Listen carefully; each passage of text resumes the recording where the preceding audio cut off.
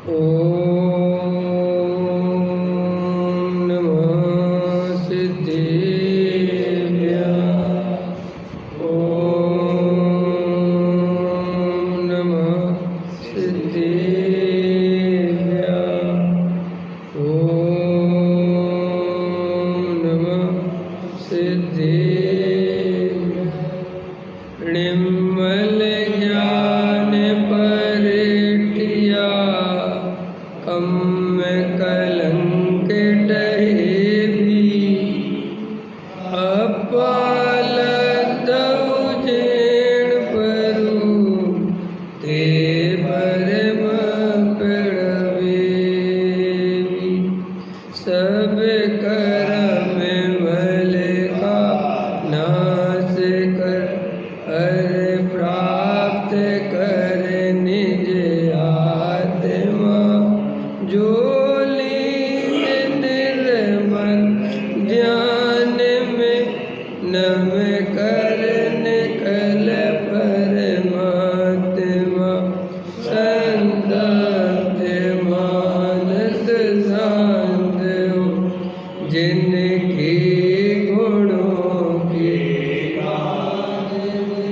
वे वर्धमान महान जिन विचरे हमारे ध्यान में। योग सार ग्रंथ है, पूज्य गुरुदेव श्री के इस पर प्रवचन है। योग सार प्रवचन के रूप में छपे हुए हैं, जयपुर से प्रकाशित ग्रंथ है। गाथा 19 अपनी चल रही है, पृष्ठ क्रमांक 34 पर अपन पढ़ रहे हैं। देखो क्या कहते हैं, दूसरा पैराग्राफ, पहला हो गया, थोड़ा रह गया कुछ क्या इसमें, नहीं पहला हो गया। जिसे जिसका प्रेम हो वह उसका स्मरण करता है। जैसे शादी के व्यस्त समय में भी बड़ी बहन और भांजा वगैरह ना आए तो उनका स्मरण करता है, वैसे ही शुद्ध अखंडानंद परमात्मा का स्वरूप वही मेरा स्वरूप है, ऐसा निर्णय पूर्वक जिसे आत्मा का प्रेम जगा हो वह आत्मा का बारंबार स्मरण करता है। देखो ये प्रेम का लक्षण है। क्या है प्रेम का लक्षण? कि वो श्रद्धा में तो उसमें अपनापन होना ही चाहिए, लेकिन वो परिणति में भी बारंबार याद आना चाहिए। समझ में है कि नहीं है? हमारा प्रेम है आपसे और हम ना तो आप कहीं फ़ोन करते हैं, ना कभी आपके हालचाल पूछते हैं, तो वो प्रेम सच्चा नहीं है। सच्चा प्रेम अपने आप ही जिसके प्रति प्रेम होता है उसके प्रति याद, उसके प्रति स्मरण, उससे मिलने का भाव, समझ में आया? और जो व्यवस्था हो, फ़ोन हो, टेलीफोन से, पत्र से, जो व्यवस्था हो वो उसे याद करता ही करता है। समझ में आया कि नहीं आया? जब हम जयपुर पढ़ते थे तो मैं तो उस समय से फ़ोन वगैरह चलते नहीं थे, मोबाइल वगैरह, और गांव में तो कोई फ़ोन होते नहीं थे, तो मैं अपने पप्पा को पत्र लिखता था और फिर वहाँ से मेरे को पत्र लिखते थे। समझ में आया कि नहीं आया? वो पत्र आज भी रखे मेरे पास। समझ में आया? उन पत्रों में क्या बात होती थी? एक ही बात कि तुम लौट के मत आना, पढ़ना, बहुत अच्छा मार्ग तुम्हें मिला हुआ है, घर परिवार के मोह में यहाँ मत आना, यहाँ कुछ नहीं है। समझ में आया?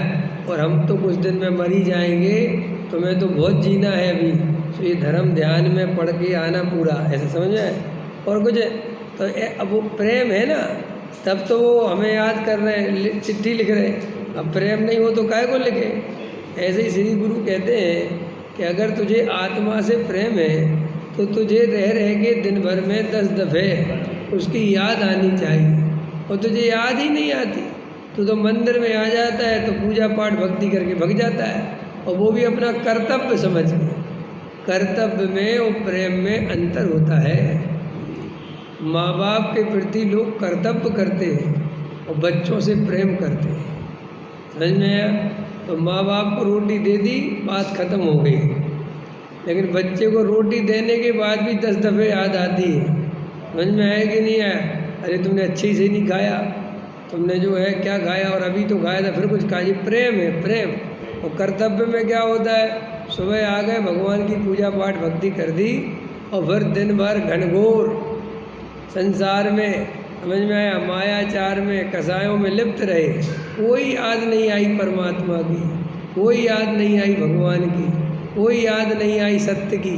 समझ में आया कि नहीं? तो इसका मतलब तेरा जो भगवान के प्रति प्रेम है वो सच्चा नहीं है। आत्मा तो अभी अलग है, अभी तो अपन बाहर का ही व्यवहार का प्रेम बता रहे। देव शास्त्र गुरु का प्रेम भी जो कर्तव्य समझ के करता है वो देव शास्त्र गुरु का सच्चा प्रेमी नहीं है, वो देव शास्त्र गुरु का सच्चा श्रद्धानी नहीं है, वो देव शास्त्र गुरु का सच्चा भगत। सुबह भगवान को निपटा दिया और दिन भर भगवान से अब कोई लेना देना नहीं, अटेंडेंस लगा दी, चावल चढ़ा दिए, पूजा कर दी, अब दिन भर मायाचारी, झूठ फरेब, समझ में आया, कमाने के गलीच खाने में घुसे रहे, कुछ नहीं। अब कोई कह रहा है क्यों भगवान की आया, अरे भगवान को सुबह कर तो आए, 2 घंटे तो भगवान में लगे थे। तो आचार्य कहते कि वो वास्तव में सच्चा प्रेम नहीं है। सच्चा प्रेम तो कब है, जब श्रद्धा में तो उसमें अपनापन होए और रह रह के परिणति में भी बारंबार उसका स्मरण होवे, तो ही वो सच्चा प्रेम है। आत्मा की याद आवे, समझ में आएगी नहीं? तो देखो क्या कहते, जिसे जिसका प्रेम हो वह उसका स्मरण करता है। अब अपना अपनापन लगा लेते हैं कि अपन को सच्चा प्रेम किससे है? बोलो रमेश जी, किससे है सच्चा प्रेम? किस किस की याद आती है रह रह की? हैं?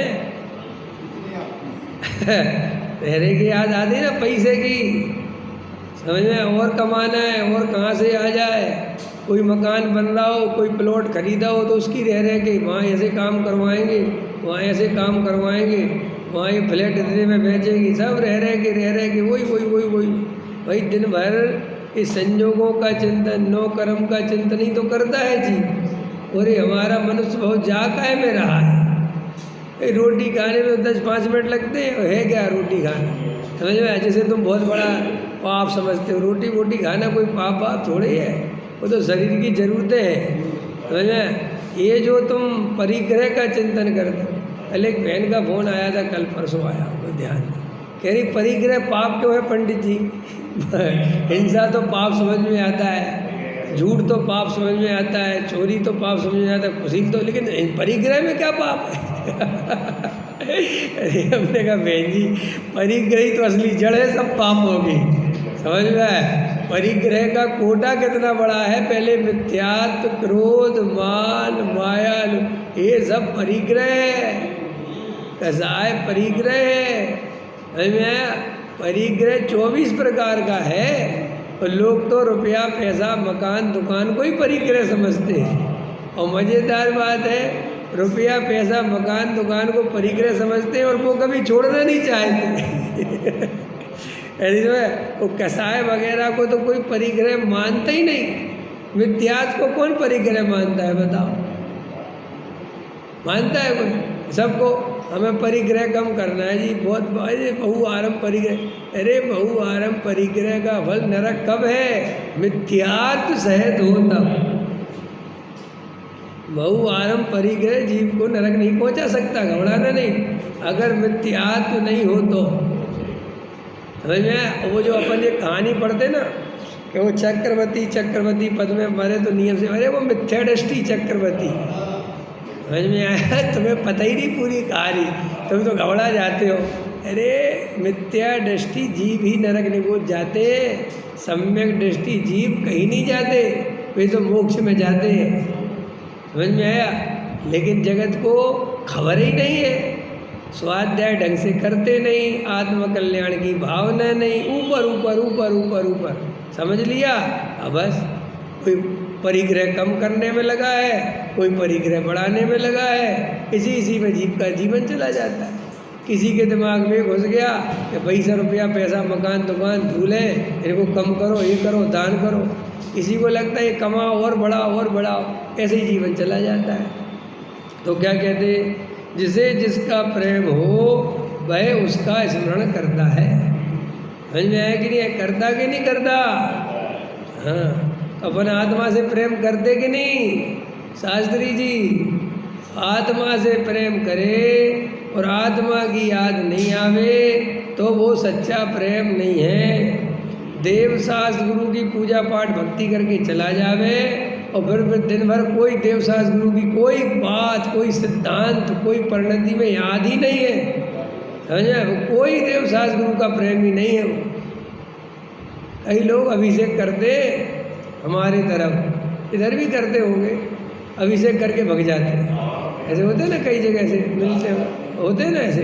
अभी उससे पूछो क्यों पूजा नहीं करनी? नहीं, पूजा को ऐसे तिरस्कार भाव से देखेंगे जैसे पूजा करना पता नहीं कोई अपराध हो।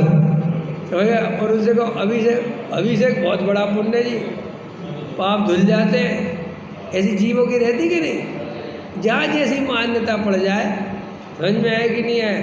तो अंदर में वो देव शास्त्र गुरु का प्रेम नहीं है। उसे तो ये प्रक्षाल करने से पुण्य बंधेगा, मेरे पाप धुलेंगे, इसका प्रेम है। तो काय का प्रेमी हुआ वो? देव शास्त्र गुरु का प्रेमी हुआ कि पुण्य का प्रेमी हुआ?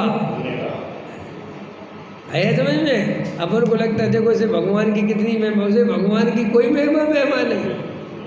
और उसे कोई कह दे कि मल्लनाथ वाले में अभी आजकल मल्लनाथ बहुत टॉप पे चल रहे हैं, मल्लनाथ का अगर प्रक्षाल करोगे तुम है तो फिर देखो तुम्हारा दिन दुगना रात चौगुना बढ़ेगा।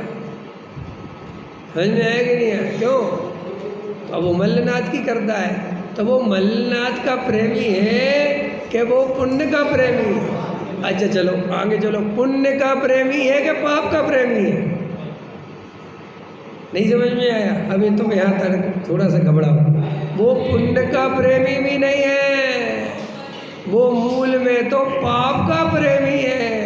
क्योंकि पुण्य के उदय से जो सामग्री मिलती है वो तो पाप है, और वो पुण्य के लिए नहीं चाहता।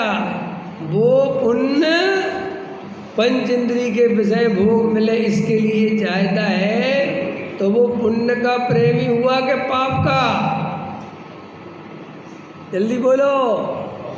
हाँ, शांति विधान कराओ। काहे के लिए करा रहे हो? निर्विघ्न कार्य हो जाए। तो वो पुण्य का प्रेमी है कि पाप का प्रेमी? क्यों?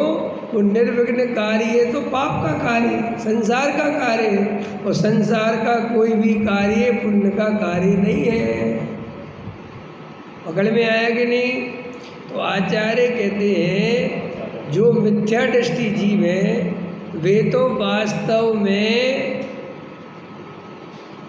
कहते हैं कि हम भगवान के प्रेमी हैं, देव शास्त्र गुरु के प्रेमी हैं, हम भक्ति पूजा ना अंतरंग में तो पुण्य के उदय के प्रेमी हैं और पुण्य के उदय में मिली हुई सामग्री के प्रेमी हैं। आया समझ में?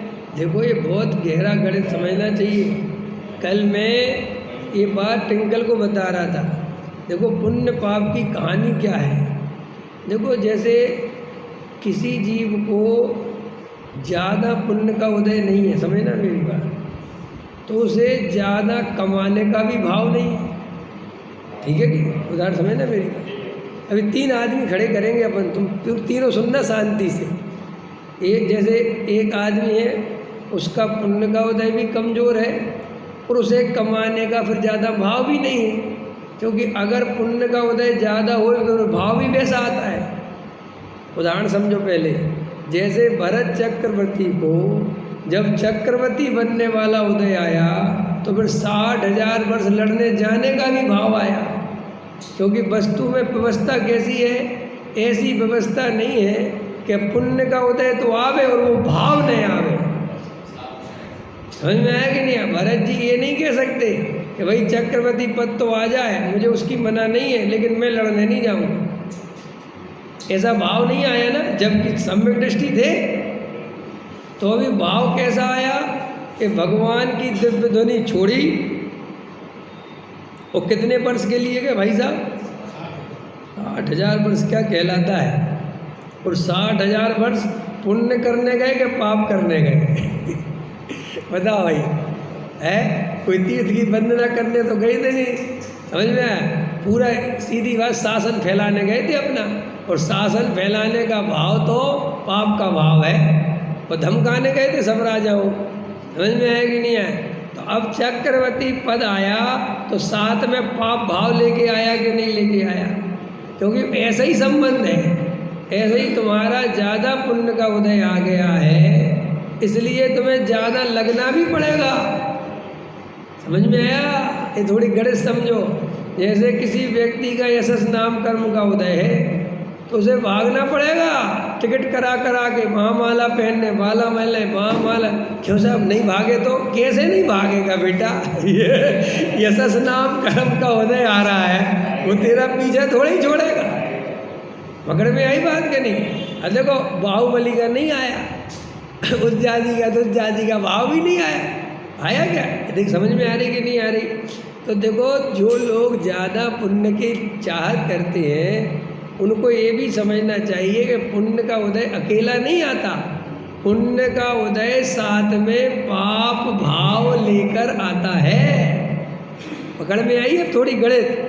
अगर तुम्हारा पुण्य का उदय आएगा तो उसके अकॉर्डिंग तुम्हें पाप भी करना पड़ेगा। अब जैसे मान के चलो अरविंद जी को अरबपति बनना है, अभी तो करोड़पति तो है, अब अरबपति बनना है, तो जैसे बैठे बैठे नहीं बन जाएंगे। अरे कहाँ डलेगा? अच्छा आप तो वज्रसेन जी के यहाँ डले, वज्रसेन जी कम करोड़पति है क्या? ये अपना बचा लेते हैं। सुनो तो अब मान के चलो इनको अरबपति बनना है, ऐसा उदय आ रहा है इनका। अब इनके पास फैक्ट्री तो एक ही है, और एक फैक्ट्री में जे गारंटी से अरबपति तो नहीं बन सकते। अब देखो सिस्टम समझ ना, और वो कर्म का उदय आ रहा है तो इन्हें दूसरी फैक्ट्री खोलने का भाव है, तीसरी फैक्ट्री खोलने का भाव है। देखना वहाँ पुण्य का उदय और यहाँ जो फैक्ट्री खोलने का भाव, ये पाप का परिणाम। समझ में? पुण्य का उदय अपने आप नहीं चलता कि आ गया, उसके साथ वो पाप का परिणाम जुड़ा ही हुआ है। अगर जीव को राजनेता बनना है ऐसा योग लिखा के आया है, समझना में, तो घर से उठा के थोड़ी तुम्हें कोई राजनेता बना देगा। पहले विधायक की क्या क्या जो तुम्हारे होते हैं, समझ में आया? कार्यकर्ता बनो पहले, समझ में आया? फिर भटको, फिर ये करो, फिर वो करो, फिर ये करो, फिर वो करो, फिर वे करो, लगे ना। अब इसमें भी रिस्क देखो खतरनाक। दो तरह के लोग हैं, एक ऐसे भी लोग हैं जिनके तीव्र कसाय से चाहे तो पैदा हो गई लेकिन उदय नहीं है।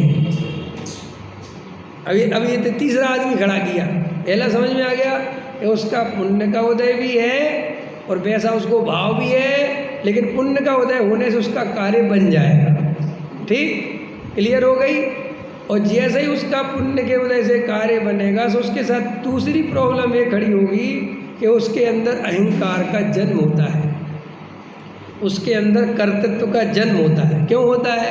क्योंकि वो जैसा उसने चाहा और भाग्य से वैसे ही उदय आया, तो उसको पंडित जी से कहता है, पंडित जी आ जाया करो कभी कभार हमारे पास, कोई ज़रूरत हो तो ले जाया करो। बेचारे पंडितों के पास कुछ होता तो है नहीं, ऐसे पंडितों पे करुणा करता है। समझ में आया कि नहीं आया? अब आप समझ रहे हो ना, पंडित जी ले लिया को, कोई दिक्कत हो तो बता दें कि भाई तो हम ले लेंगे, तुम प्रवचन में क्यों नहीं आते? अरे अभी हमारे पास टाइम नहीं है, बहुत कारोबार फैला है, अभी आपको क्या बताऊं, वहाँ भी एक फैक्ट्री लगानी है, हमारा एक नया प्लांट वहाँ लग रहा है, आपको पता है क्या, मैंने वो मोटी वाली भी केबल चालू कर दी बनाना।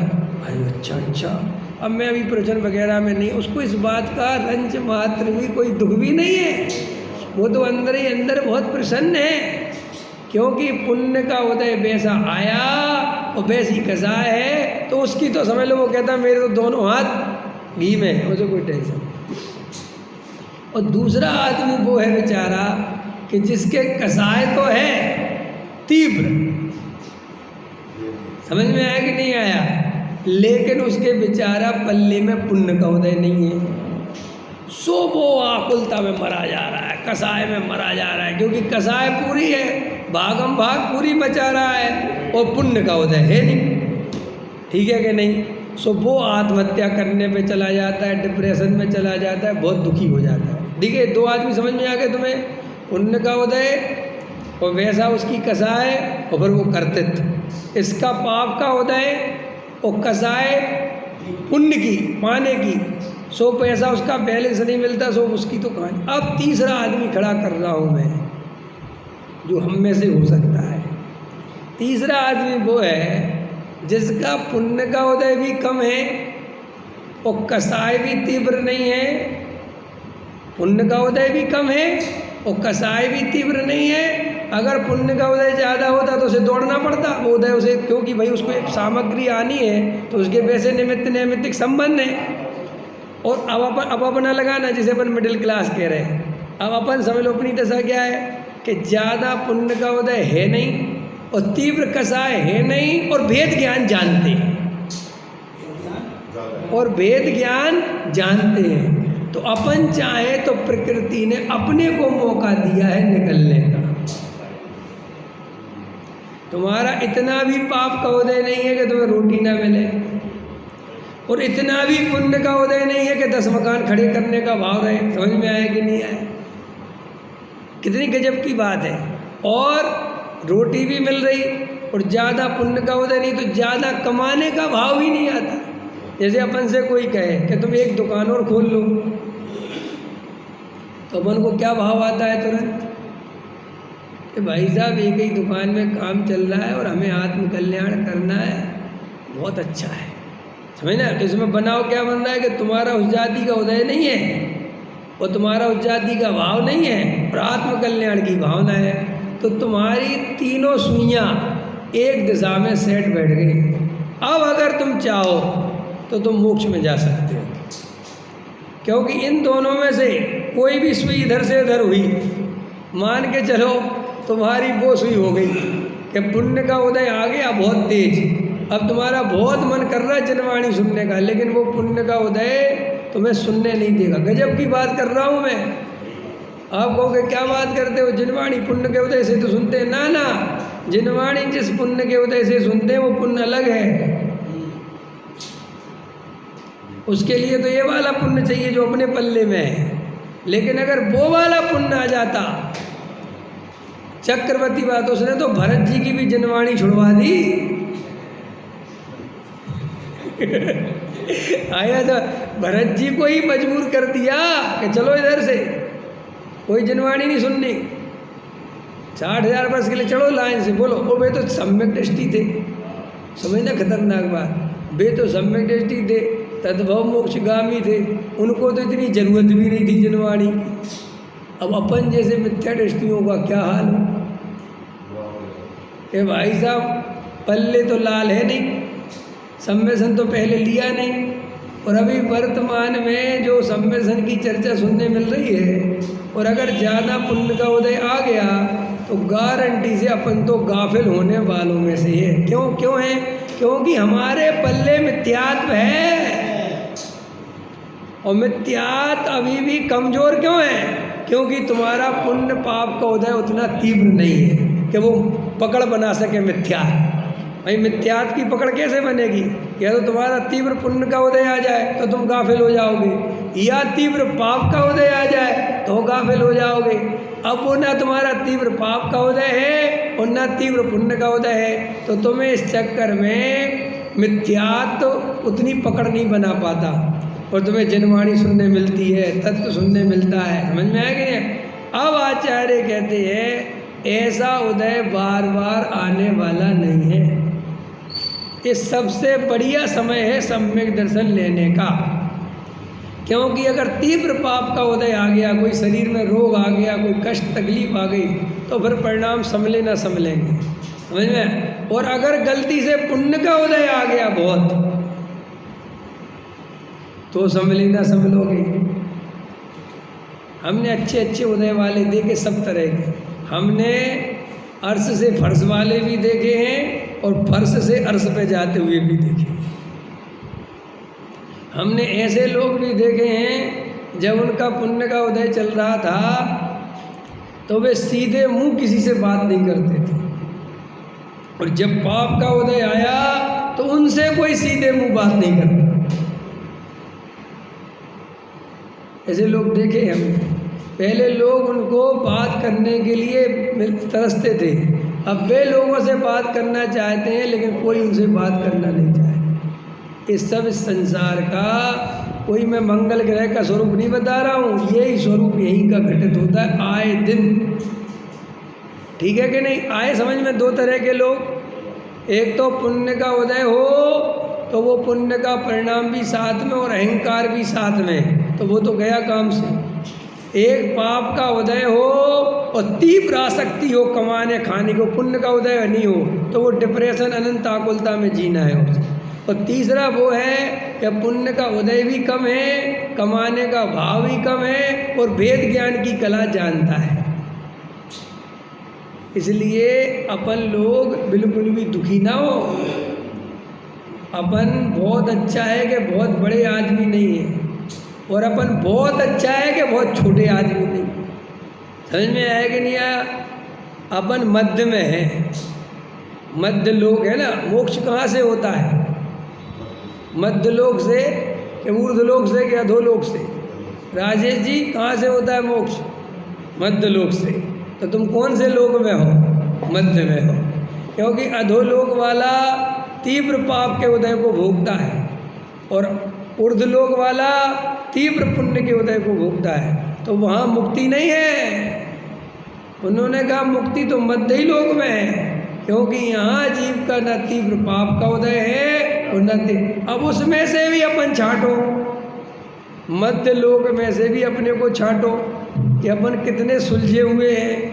ना अपनी सत्य व्यसन की कसाय है, ना अन्याय नीति की कसाय है, ना बहुत बहुआरम परिग्रह की उन्ना वैसा उदय। क्योंकि अगर बहुआरम परिग्रह का उदय होता तो फिर वो भाव आए बिना नहीं रहता। मैं कई दफ़े महसूस करता हूँ, दिल्ली में देखते देखते 18 साल निकल गए और छोटा सा व्यापार है मेरा। कई दफ़े ऐसे प्रसंग बनते कि अब ये व्यापार बड़ा कर लो, अब ये कर लो, अब ये कर लो, ये मसीला। लेकिन हर बार कोई ना कोई उदय ऐसा आता है, विघ्न आता है कि वो बड़ा नहीं हो पाता। समझ में आया कि नहीं आया? तो वो लगता तो ऐसा है कि अरे अपने साथ कितना अपना पाप का उदय। पाप का उदय नहीं है भाई साहब, वो तुम्हारा असली उदय है, तुम्हें जो मोक्ष मार्ग में निमित्त बने। अगर वो पुण्य का उदय उस समय आ जाता, और मैं तुम्हारे इधर सब केबल की फैक्ट्रियाँ चलती हैं, और अगर मेरा पुण्य का उदय आ जाता और मैंने केबल की फैक्ट्री लगा ली होती तो मुझे कापर की रेट याद आती प्रवचन में। समझ में आएगा? और सच्ची बात है, ये परिणाम, ये बहुआरम परिग्रह इतनी बुरी चीज़ क्यों है? ये बहुआरम परिग्रह को सबसे बड़ा पाप क्यों कहा? क्योंकि ये जिसके पास पहुंचता है उसकी हालत खराब कर देता है, उसकी रात की नींद उठा देता है। समझ में आया कि नहीं आया? ये पुण्य का उदय इतनी खतरनाक चीज़ है। देख लेना, आपका जितना ज़्यादा पुण्य का उदय आएगा आपकी उतनी बेचैनी बढ़ती है। मैं कितने सेठों को जानता हूँ बेचैन है, तो पैसा अपरंपार है, उनसे को सेठ जी इतने बेचैन क्यों हो? अरे यार वो मंदिर का प्रोजेक्ट पूरा करवाना है, वहाँ की संस्था का काम पूरा देखना है। अनंत आकुलता में जी रहे हो। समझ में आया? इस पंडित को फ़ोन मिला रहा है, उस पंडित को फ़ोन मिला रहा है, उसको। और जो असली पंडित है, जो तत्व सुना सकता है, उससे बात करने की फुर्सत नहीं है। ये पुण्य का उदय है, क्योंकि उनको उस समय तत्व सुनाने वाला पंडित नहीं चाहिए। उनकी कसाय की पूर्ति करे, उनकी प्रशंसा करे, उनके अहंकार को बढ़ावा देवे, उनकी जय जयकार करे, ऐसा पंडित चाहिए। ये पुण्य का उदय इतनी खतरनाक चीज़ है। मुझे कई दफ़े बहुत बड़े बड़े सेठ मिल जाते हैं जिनका नाम ही गिरामी सेठ है। मेरे से बड़े उससे कहेंगे, अरे आजकल तुम प्रवचन बड़ा अच्छा करते हो, कभी कभार सुन लेते हैं। ठीक है भाई साहब, अच्छा अच्छा, बहुत अच्छा है। तो ऐसे शाबाशी देते हैं नहीं समझ में आया? जैसे हम कोई संसार में कोई होता है ना शाबाशी देता है, ये नहीं समझ में आता कि अरे ये मूल तत्व ज्ञान की बात मैं क्यों नहीं सुन रहा। लेकिन उनको पता है इस पंडित से कोई प्रशंसा मिलने वाली नहीं है और ये कोई ख्याति प्राप्त नहीं है, क्योंकि जब ये पुण्य का उदय आता है तो ख्याति प्राप्त लोगों के साथ बैठना चाहता है। देखा तुमने? जैसे आदमी का ज़्यादा पुण्य का उदय आ जाए तो उसे अपने भाई बहनों से बदबू आने लगती है। उसका एक भाई गरीब है, मान के चलो, नहीं है ज़्यादा भाई, तो उसके साथ बैठेगा नहीं, और पैसे वाले के साथ घूमेगा फिरेगा और उसकी अर्दली करेगा। ये गजब गजब की महिमा है मोही की। समझ में आया? अरे क्या बताए, संसार का स्वरूप बड़ा खतरनाक है। कई दफ़े उस सेठ जी से कहो कि तुम इन पंडितों को, अरे ये पंडित कुछ नहीं है यार, लेकिन काम का बहुत है। क्या बोलेगा? काम क्या काम का है? पैसा इकट्ठा कराता है, संस्था तो यही चलाएगा ना, ये नहीं रहेगा तो कौन चले? तो तुझे संस्था चलाने की तो बहुत फिक्र है, लेकिन अपने आत्मा के अनुभव की फिक्र नहीं है। ये है पुण्य का उदय जिसे अपन चाहते हैं। ऐसा पुण्य का उदय कभी नहीं आवे जिसमें अहंकार आदि बढ़ जावे, अंदर में जो है आत्मा की अरुचि हो जावे, और संसार में अहंकार की रुचि जिसे बढ़ेगी उसे आत्मा की अरुचि होनी ही होनी है, चाहे कुछ कर लो तो। अच्छा है अपना ऐसा नाम कर्म का उदय नहीं है। अगर अपन देश विदेश ख्याति प्राप्त होते तो भैया बहुत मुश्किल पड़ता है। इसलिए मैंने कई दफ़े पीछे प्रवचनों में ली होगी चर्चा कि तुम सम्यक दर्शन पहले ले लेना, क्योंकि उदय कब कैसा आ जाए पता थोड़ी चलता है। मैंने कई दफ़े कहा ना कि देखो अभी जितना सत्य में सुना पा रहा हूँ सुन लेना, कल के दिन क्या पता ज़्यादा ही पुण्य का उदय आ जाए और हम कुछ ज़्यादा ही बड़े विद्वान बन जाए और बड़े बड़े सेठ घेर लें, तो हो सकता है फिर हम तुम्हें सत्य ही ना सुना पाए। क्या करोगे भाई? सम्यक दृष्टि को मिथ्या दृष्टि होने में देर थोड़ी लगती है, जीव को कसाय बढ़ने में देर थोड़ी लगती है। एक मिनट में जीव लुटता है।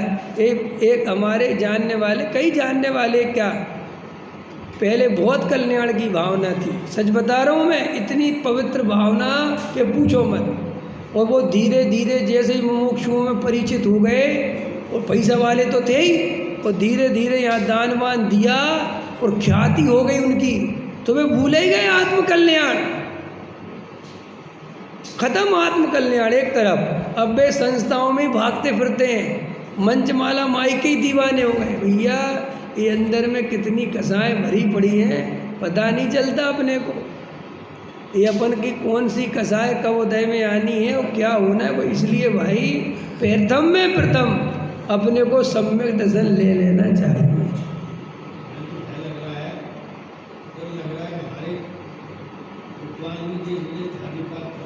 हाँ हाँ तुम डरो मत, भय मत करो, समझ में। हम ख्याति प्राप्त होंगे ही नहीं, क्योंकि हमारी भाषा ख्याति प्राप्त होने की है ही नहीं। हम तो थोड़ी देर ख्याति प्राप्त होते भी है, पर उसकी थोड़ी देर बाद बखिया उखेड़ देते तो भग जाता है। वो कहता है इससे दूर रहो, ये तो तुम एक तो स्वरूप ऐसा है। देखो अंतरंग में ये तो मैं अपने आप को सावधान करने के लिए बोलता हूँ, और आप उसके निमित्त से हो जाओ। देखो भैया हमारी और तुम्हारी बात नहीं, और काय के पंडित और काय के तुम, अरे किसके भरोसे रहना। आज तत्व मिल गया, आज ही अनुभव कर लो, क्या पता कल मैं रहूँगा कि नहीं रहूँगा। फिर आयु कर्म आज ही पूरा हो जाए, तुम क्या कर लोगे? या तुम्हारा आयु कर्म पूरा हो जाए, तुम क्या कर लोगे? कल की क्या लेना देना किसी से। ये आज आत्मा की चर्चा मिल गई, आज से ही पूरी कमर कस लो कि मुझे तो आत्मानुभूति करनी है, वेद ज्ञान करना है, अब तत्व निर्णय करना है, मुझे कुछ नहीं चाहिए। ऐसा अंतरंग में गहरा निर्णय करो, और जो उथलापन छोड़ो। 80 साल की उम्र में ब्रह्मचारी जी हैं और कार्यक्रमों में भागते फिर रहे, तो तुमने 80 साल में क्या करा जीवन में? तुम इतने ही नहीं समझ पाए कि हम 80 के हो गए, 2 आदमी हमें पकड़ के चल रहे, और हम जो है फेडरेशन की मीटिंग में और कहान मीटिंग में और ये मीटिंग में और उस मीटिंग में और इस मीटिंग में 30 सुरक्षा मीटिंग में घूमते फिर रहे, तो क्या आत्मकल्याण समझे तुम? क्या समझ पाए? नहीं समझ में आया? भाई साहब अच्छे अच्छे लुट जाते हैं ये ख्याति पाने में, अच्छे अच्छे जिनने घर छोड़ दिया, पंच इंद्री के विषय भोग छोड़ दिए कि हम एकांत में आराधना करेंगे, वे भी और एकांत के लिए अपना आश्रम बना लिया तो भी आश्रम में रह नहीं पा रहे, चैन नहीं पड़ रही, सोर्स लगवा रहे सब जगह से कि हमें बुलाओ, और समाज कह रही हम नहीं बुला रहे। कैसे नहीं बुलाओगे, बुलाना पड़े। एकांत प्रिय होना ये मजाक नहीं है, एकांत होना कोई मजाक है। लोगों को खलबली मचती है, घर में बैठे होंगे, यहाँ विधान चल रहा होगा, उठने की हिम्मत नहीं होगी तो भी आ जाएंगे। आपको लगता है भाई धर्म के लिए आए, धर्म के लिए नहीं आए, एकांत में मन ही नहीं लगता। यहाँ थोड़ा रंग राग मिल जाता है, थोड़ा देखने मिल जाता है तो सोचता है अच्छा है, काय के अच्छे। 25 साल 50 साल में इतनी नहीं समझ पाए कि आत्मा के अनुभव में धर्म है, तो कहता हमारा मन नहीं लगता। तो भाई साहब ये बहुत हो गया, ये बहुत हो गया। तुम अगर उम्र के हिसाब से भी जीवन जीना नहीं जानते हो तो कितना ज्ञान भरा पड़ा है, नहीं समझ में आया। 80 साल 75 साल 70 साल की उम्र में दौड़ते फिर रहे, रे रे रे रे रे रे। कल ही मेरी भाई साहब से बात, लोग सोचते हैं कि नाम ले देते, अरे भाई मैं सत्य बोलता हूँ, नाम इसलिए देता हूँ प्रमाणिकता के लिए कि तुम ताकि पूछ लेना उनसे। मैं किसी की निंदा बुराई के लिए थोड़ी, अब मैं ऐसे ही बोल दूँगी, एक बोल रहे थे तो कौन बोल रहा था भाई। जिनका नाम मैं ले सकता हूँ, जो सत्य बात हुई है। कल ही मेरी भाई साहब से बात हुई थी वीर सागर जी, तो बोले विवेक अब तो बेटा हम वानप्रस्थ आश्रम में आ गए, हम तो वानप्रस्थ आश्रम में आ गए, अब तुम समाधि की तैयारी में। ये उनने बोला था, फिर अब कुछ नहीं चाहिए, बस अब तो स्वाध्याय सुनना, तत्व सुनना ही में, अब हमें कोई मतलब नहीं है समाज में क्या हो रहा है। भाई साहब एक अच्छे विद्वान की और एक अच्छे आराधक जीव का लक्षण है। अगर तुम 75 साल की उम्र हो गई, 80 साल की उम्र हो, अभी भी राजनीति में भाग रहे, इधर उधर होते फिर रहे, मंच माला माई के लिए टिकटें ले लेके भागते, तो इसका मतलब तुम्हें आत्म कल्याण समझ ही में नहीं आया। और अगर तुम भरत जी की दुहाई देते हो तो तीव्र मिथ्या दृष्टि हो। आया समझ में कि नहीं? अरे भाई तत्व स्वाध्याय आत्मचिंतन भेद ज्ञान, अरे अपने गुरुजी जिनसे अपन को प्योर तत्व सुनने मिलते हैं, श्री गुरु कहते अगर उनसे भी मिल गया हो तो उनके पास भी भागने की बारंबार जरूरत नहीं है। नहीं समझ में आया? निहाल भाई गुरुदेव श्री के पास नहीं जा पाते थे तो कहते थे क्या हो गया, वे जो वहाँ बता रहे हैं वो मैं यहाँ अनुभव कर रहा हूँ। इतनी श्रद्धा होनी चाहिए ना। नया सुनने के लिए कुछ नहीं है, नया बताने के लिए कुछ नहीं है, नया समझाने के लिए कुछ नहीं है, तो फिर अपन बैठे क्यों हैं? बार बार रिपीटेशन करके तुम्हें अनुभूति हो जाए इसके लिए बैठे हैं। रोज प्रवचन हम कुछ तुम्हें नया बताने के लिए नहीं आते, इसलिए आते हैं कि वो ही बात तुम्हारे चित्त में जाए, ऊर्ध होवे, और जो कोई भूल पड़ी हो वो निकल जावे। समझ में आया कि और क्या है? कुछ नहीं है, धर्म उतना ही है जो अपन ने पढ़ा। क्या पढ़ा धर्म? नौ कर्म द्रव कर्म भाव कर्म से भिन्न, जो एक ज्ञाता दृष्टा स्वभाव वाला ज्ञान दर्शन से परिपूर्ण चैतन्य तत्व है, जीव तत्व है, ज्ञायक तत्व है, शुद्धात्मा है, वो मैं हूँ, ऐसी अनुभूति करता रहे, बस इसका नाम धर्म है। और उसके लिए बारंबार उसका ही चिंतन, उसका ही स्मरण, उसका ही प्रेम, उसकी याद, ये सब चाहिए। और संसार का रस नीरस चाहिए। संसार में सुख की कल्पना जिसको चल रही है वो मिथ्या दृष्टि है, वो सम्यक सन्मुख नहीं हुआ, वो भी संसार सन्मुख है। सम्यक सन्मुख मिथ्या दृष्टि किसे कहना? किसे कहना बोलो? जिसकी संसार से पूर्णतः अरुचि हो गई है और आत्मा से पूरी तरह रुचि हो गई है, बस अनुभव नहीं हो पा रहा, बस इतनी कमी है। उसका नाम सम्यक सन्मुख मिथ्या दृष्टि है। और जो स्वाध्याय सुनने आ रहे हैं, बैठ रहते हैं, लेकिन अंदर में संसार की रुचि पड़ी है, परिग्रह की रुचि पड़ी है, संसार के बाल बच्चों की रुचि पड़ी हुई है, पद प्रतिष्ठा की रुचि पड़ी हुई है, संस्थाओं में पद पाने की रुचि पड़ी हुई है, वे कोई सम्यक सन्मुख मिथ्या दृष्टि नहीं है, चाहे वो 3 टाइम प्रवचन करते हो या सुनते हो। वे तीव्र मिथ्या दृष्टि है, चाहे वे शास्त्री विद्वान ही क्यों ना हो। खतरनाक है। अहो, मुझे तो इन बातों की खबर ही नहीं थी यार। मैं तो भूलकर प्राप्त पर्याय में तन्मय हो रहा था।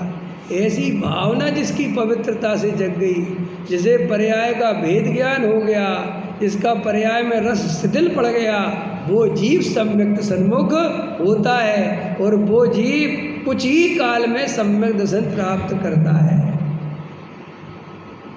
लेकिन जो जीव केवल स्वाध्याय आदि, पूजा पाठ, भक्ति आदि कर्तव्य मानकर करते हैं और जिनको कसाय दुख रूप नहीं लगती, संसार से अरुचि नहीं होती, पर द्रव्य से भेद ज्ञान नहीं होता और उन्हें सब अपना मानते हैं, पर द्रव्य को कर्ता भोक्ता मानकर चलते हैं, वे जीव तीव्र मिथ्या दृष्टि हैं, वे कोई सम्यक सन्मुख नहीं है। ये सम्यक सन्मुख कौन है? जिसे जिसका प्रेम हो वह उसका स्मरण करता है। ये गुरुदेव श्री अपने को बता रहे कि जिसे आत्मा का प्रेम हो गया, उसे रात और दिन रह रह के जैसे उपयोग खाली हुआ तो तुरंत आत्मा की याद आती है। आवश्यक कार्य अवश्य ही करने पड़ते हैं, समझ में आया? लेकिन अंदर में उन कार्यों को करने की कोई रुचि नहीं है। ऐसा जीव सम्यक के सन्मुख जाता है और वो जीव सम्यक दृष्टि होता है जो संसार के कार्यों में अति उत्साह पूर्वक लगा है, जो पद प्रतिष्ठा के लिए अत्यंत उत्साह पूर्वक लगा है, वो सम्यक दर्शन नहीं पा सकता। समझ में आया? हाँ, पाले। एक भाई मेरे से बोले कि भरत जी भी तो इतने सब वैभव करते थे, वो करते थे, तो हमेशा भाव आता है तो क्या दिक्कत है? मैंने कहा भरत जी के पास सम्यक जनता पहले ले ले तू। भाई बराबरी करना है तो पूरी बराबरी करो ना। वे सम्यक दृष्टि थे, तू पहले सम्यक दृष्टि हो जा, फिर तू 10 दुकानें खोल लेना, तू 10 फैक्ट्री लगा लेना, लेकिन तू है तो 1 नंबर का मिथ्या दृष्टि और भरत जी की बराबरी करता है। सो भाई साहब, वे तो चले गए मोक्ष और तू पहुंचेगा निगोद। शास्त्रों से छल ग्रहण नहीं करना है। वे आत्म कल्याण की दृष्टि से लिखे गए। भरत जी का वैभव इसलिए बताया कि वो वैभव भी उन्हें संसार में नहीं रख पाया, संसार की रुचि नहीं कर पाया। और हे मूर्ख प्राणी, तेरे पास एक झोपड़ी भी ढंग की नहीं है, तो उसमें इतनी रुचि करके रह रहा है। भाई साहब, भरत जी के वैभव के सामने तुम्हारे जैसे सब बिहार में 1000 की कोठी हो ना, वो झोपड़ी के समान है भरत जी के वैभव के सामने। झोपड़ी भी नहीं है, क्या अब? लेकिन ठीक है, तुम्हें उपमालंकार जितना समझ में आया उतना तो समझे। अरे ऐसा लाज, अच्छा उपमालंकार मिल गया ना। उसका मुकेश अंबानी का जो घर है ना, वो भरत जी के वैभव के सामने झोपड़ी के समान है, जिसे लोग देखने बम्बई जाते हैं। ये है असली। फिर भी इतना 6 खंड का वैभव भी उन्हें आत्मा की अरुचि उत्पन्न नहीं करा पाया। इसको कहते सम्यक दर्शन। आत्मा नहीं भुला पाया। और तुम्हारा तो जरा सी दुकान ज़्यादा चलने लगे तो तुम आत्मा तो छोड़ो, तुम सब भूल जाओ। बोलो, अभी रामगली में माला पहनने मिल रही हो, समझ में आया? तो आज का वचन स्किप कर दो। कहाँ जा रहा? कल पहन लेंगे प्रवचन, तो कल सोले मीटिंग है बहुत आवश्यक है। तो हाँ, उपाध्यक्ष है तो ऐसे थोड़ी चलेगा है?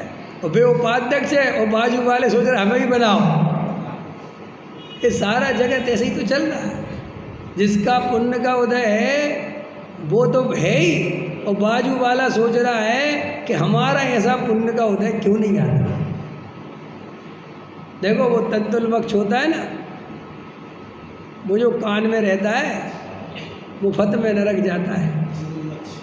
ऐसे ही तुम बड़े आदमियों की ज़्यादा संगति करोगे तो मुफ्त में नरक जाओगे, क्योंकि उनके पास तो बहु आरम परिग्रह है ही, सुबह तो जो है सो है ही, अब उनका क्या है। लेकिन तुम उनका वैभव देख देख के रोज, अरे इनके तो बहुत मज़े हैं यार, देखो तो भाई साहब ये चाइना का पोर्ट है, ये 10 लाख का तो इनके घर में बोई रखा है। ये तो भाई साहब ये दिख रहा है आपको, इस क्या होती है सीनरी फिररी, ये 50 लाख की है, जापान से मंगाए। वो तो जो है सो जो जाने, तू बेटा मुफ्त में ये सब देख देख के आर्त रोज ध्यान कर कर के नरक में चला जाए। बड़े आदमी नरक में जाते, मैं ये नहीं कह रहा हूँ, मिथ्यात्व सहित बड़े आदमी नरक में जाते हैं। इसलिए बड़े आदमी हो उनसे मेरा झगड़ा नहीं है, अगर वे सम्यक ले लें तो फिर कोई बड़ा आदमी उन्हें नरक नहीं भेज सकता। लेकिन अगर मिथ्या दृष्टि रहे बेटा तो वो तो बहु आरम परिग्रह का फल चक्रवर्ती को भी नरक ले जाता है। ये तो शास्त्रों की बात है ना, समझ में आया। तो फिर किनकी सत्संगति करनी चाहिए? जो वैराग्य बढ़ावे, जो संसार से अरुचि करावे, जिनके साथ बैठकर संसार असार लगे, ऐसे जीवों के सत्संग करना चाहिए। जो व्यसनी हो, जो बहु आरम परिग्रह के लोभी हो, जिनके साथ बैठ के परिणामों में मलिनता आ जाती हो, जिनके साथ बैठो तो बस राजनीति कसाय यही बातें करते हो, ऐसे जीवों से कोसों दूर रहना चाहिए। कि सब हमारे घर पे ही आ जाए तो चाय पानी करके फटाफट शीघ्रता से भेज देना चाहिए। और साधर्मी आ जाए तो कोशिश करना चाहिए कि घंटे 2 घंटे बैठ जाएं तो 2 वैराग्य की बातें बता जाए। आया समझ में? चलो, तो ये 3 कैटेगरी के समझ में आ गए। आदमी, पुण्य का उदय, पाप का उदय, कम ज़्यादा और भेद ज्ञान। ठीक है, चलो अब आगे बढ़ते हैं। सांसारिक भोगों में पैसा कमाना आदि में कितना उत्साह आता है। देखो आगे ना वही बातें आ रही ना, क्योंकि अज्ञान का प्रेम है। हाँ, समझ में आया। दुकान नहीं चले तो दुखी हो जाए, फैक्ट्री नहीं चले तो दुखी हो जाए, लेकिन वेद ज्ञान नहीं चले, स्वाध्याय नहीं मिला, अब जी पुण्य के बजी अब क्या करें, क्रमबद्ध में ऐसा ही था। अरे जी रेगुलर नहीं आते ना, क्रमबद्ध में ऐसा ही है आपके। क्यों, क्या नाम आपका? देवेंद्र जी। क्या करें साहब, अरे भाई कैसे भी करके स्वाध्याय में तत्व में मत मिस करो। संसार मिस हो जाए तो हो जाए, सांसारिक कार्यों को कभी मिस नहीं करता। किसी की शादी वादी में पहुंचना हो तो मर पच के 80 किलोमीटर दूर गाड़ी चला के पहुंचेगा, पता नहीं वहाँ कौन से लड्डू बट रहे हैं। और ये सोच के कि चलो भैया वे हमारी शादी में आए थे और अपन का उनका व्यवहार ढला है। लेकिन यहाँ जो अनंत संसार ढला पड़ा है तेरा, ये कौन चुकता करेगा, इससे कैसे निकलेगा? आया समझ? तो क्या कहते, सांसारिक भोगों में पैसा कमाने आदि में कितना उत्साह है। हो उद्घाटन करेंगे दुकान का, लड्डू पेड़ा बांटेंगे, हैं, करते कि नहीं? जन्मोत्सव, बच्चा हो जाता है तो जन्मोत्सव मनाते हैं, उसके कितने बड़े कार्य करो करो। तो सांसारिक कार्यों में कितना उत्साह है, समझ में आया? दूर दूर से सब बुलाओ करो। देखो, क्योंकि अज्ञान का प्रेम है और इनमें वह भले ही मजा माने, देखो साहब, परंतु अभी भी दुखी ही है और 4 गति के दुखों में भटकने वाला है। ये लगता है अपने को कि अपन भटकने वाले, काहे के भटकने वाले? अरे भाई क्रिया कांड से मत देख। 1 घंटे प्रवचन में बैठ गया, 2 घंटे पूजा कर ली, तो ये सोचता हो तू कि तू नहीं भटकने वाला तो बहुत भ्रम में है। शास्त्री बन गए अपन, जयपुर में पढ़ पढ़ के, और सोचे अब तो अपना मोक्ष अपने हाथ में आ गया। अरे भाई साहब, ऐसे अनंत बार शास्त्री बने हो, जब अनंत बार मुनि बन गए तो शास्त्री कौन सी बड़ी चीज़ है? अनंत बार 11 अंग 9 पूर्व का ज्ञान हो गया, लेकिन शास्त्री ऐसा समझते हैं वाह मोक्ष तो अपने बाप का हो गया। अरे भाई साहब चक्रों में मत रहो, ये सम्यक दर्शन इतना सरल नहीं है। सेठिया समझते हैं, 2-4 पंडित उनके घर पे आने जाने लगते हैं तो सोचते हैं मोक्ष तो अपन ने खरीद लिया। जैसे उस पंडित के पास मोक्ष हो, वो पंडित मोक्ष दे देगा क्या?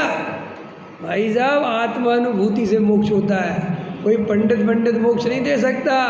संत साधुओं का हार हो गया तो सोचता है मोक्ष हो गया। अरे ऐसा कहाँ लगा है तू? मुनिराजों को आहार देना पुण्य बंध का कारण है, उससे कोई मोक्ष नहीं हो जाता किसी को। आया समझ में कि नहीं? तो साहब मोक्ष कैसे होता है? आत्मानुभूति से ही मोक्ष होता है। वेद ज्ञान करने से मोक्ष होता है, सम्यक दर्शन को प्राप्त करने से मोक्ष होता है। आया समझ में? क्या कहते देखो, इनसे भले ही वह मजा माने परंतु अभी भी दुखी ही है और 4 गति के दुखों में भटकने वाला है। लो साहब ये बात समझ लेना अच्छे से। हाँ, ये भ्रम में मत रहना कि हम छूट गए, ना ना ना। आत्म अनुभव ना आवे तब तक भाई साहब बिल्कुल भ्रम मत पालो कि हम छूट गए, ना ना बिल्कुल नहीं। ऐसे कमाऊं, ऐसे शादी करूं, क्यों? इसमें रुचि लेता है। बेटे की इस बार ऐसी शादी करूंगा भाई साहब, ऐसे कौन क्या चलते हैं आजकल, रिसोर्ट जो भी है, डेस्टिनेशन, ऐसा करेंगे लोग देखते रह जाएंगे। हर बाराती को चांदी की थाली देंगे। हाँ समझ में आया? तो ऐसा आचार्य कहते देखो उसमें कैसा उत्साह दिखाता, कैसा रुचि दिखाता। ऐसे कमाऊं, ऐसे शादी करूं, ऐसा करूं। कमाने की बात करो तो कोई कहो कि ऐसा कमाएंगे, वो काम करेंगे तो ऐसा पैसा आएगा, तो एकदम उत्साह आता है, वाह फिर तो अपन बहुत बढ़िया हो जाएगा भाई साहब, 2 लाख तो बचेंगे। अरे भाई साहब 2 लाख कितनी छोटी बात करते हो, 4 लाख कम से कम। भाई साहब कहाँ आना है, कब आना है? कल आओ, कल मीटिंग करेंगे। तो दिन भर उसी के बारे में सोचे।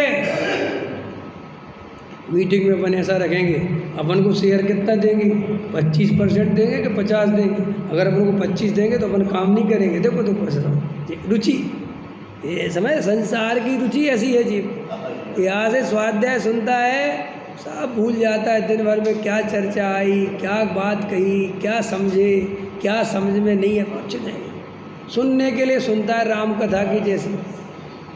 देखो कहते ऐसे कमाऊं, ऐसे शादी करूं, ऐसा करूं। इस प्रकार कसायों में कितना हर्ष है, कितना हर्ष है और कितने वर्ष गए। हर्ष भी है और वर्ष भी निकल गए, वर्ष निकल गए। बताओ कितने वर्ष निकल गए पास। अपनी सुध नहीं आई और अभी भी अगर अपन नहीं जागे तो क्या होगा? जैन साहब ये मजाक में टाइम नहीं है। ये लगता तो है हंसी मजाक, भाई साहब ये बहुत भारी पड़ेगा। ये तो अकेला दुख के ही कोलू में पिल रहा है, लेकिन मिथ्यात की पट्टी बंधी है तो वो पिलना दिखाई नहीं रहा। ये कोलू का बैल समझते हो ना आप लोग? क्या होता है कोलू का बैल? कोलू के बैल को पट्टी बंधी होती है आँखों में और गले में घंटी बजी होती है, तो वो घंटी बजती है।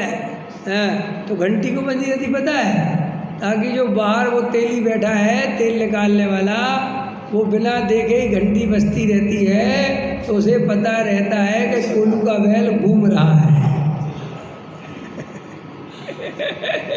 ऐसे ही तुम्हारे जो परिवार वालों ने तुम्हारे गले में घंटी बांध रखी है बेटा। समझ में आया? तुम क्या कर रहे हो?